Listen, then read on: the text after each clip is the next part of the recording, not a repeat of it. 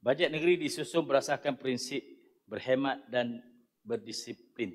Dalam fiskal, pendekatan ini selari dengan saya sebut ayat surah Yusuf, ayat 47 dan 49. Kena simpan.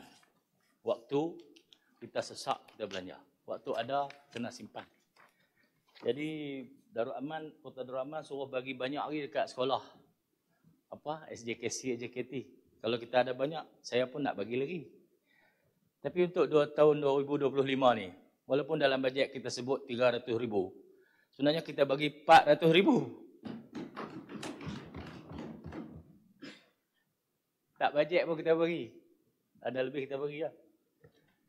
Walaupun pendidikan berada dalam senarai persekutuan, SJKC, SJKT itu sekolah kerajaan. Patut federal yang bagi. Tapi oleh atas semangat untuk membantu bidang pendidikan anak-anak kita di sekolah, bagi juga sikit pun tanda kita ingat.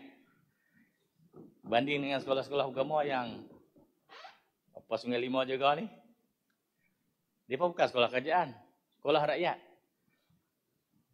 Agihannya mungkin sama ya, kalau kita bilangan banyak, jadi 1.5 juta.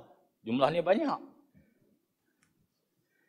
InsyaAllah ni Kulim nak minta bajet lagi. Tambah lagi. Bajet antara kaum. Kita dah lulus 600,000. Dulu bajet sekolah ni SJKC, SJKT bukan ada. Tak ada. Zaman dulu tak ada. Mula diperkenalkan tahun 2009. 2008, 2009 Ustaz Izzam mula. Lepas tu diteruskan lah. Sepatutnya tak ada lah. Tapi oleh semangat kita yang tak mahu orang nampak kita ni resis ke apa, bagi juga untuk memajukan sektor pendidikan.